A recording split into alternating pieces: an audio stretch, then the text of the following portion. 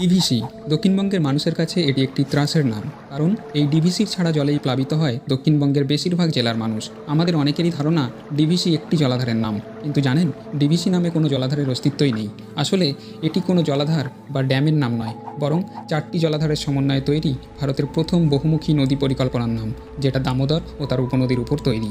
মূলত দামোদর নদের কারণে হওয়া বন্যাকে নিয়ন্ত্রণ করার জন্য আমেরিকার টেনেসি ভ্যালি অথরিটির আদলে 1947 সালের 7ই জুলাই গঠন করা হয় দামোদর ভ্যালি কর্পোরেশন বা ডিভিসি। এর অধীনে রয়েছে 4টি জলাধার: তিলাইয়া, কোনার, মাইথন ও পাঞ্চেত, যার মধ্যে কোনার ছাড়া বাকি 3টি জলাধার ঝাড়খণ্ড রাজ্যে অবস্থিত।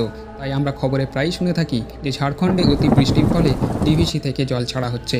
এই 4টি ড্যামের মধ্যে তিলাইয়া ড্যামটি সর্বপ্রথম তৈরি করা হয়। 1955 সালে ভারত সরকার তিলাইয়া বাঁধের নামাঙ্কিত পোস্টাল স্ট্যাম্প প্রকাশ করেছিল।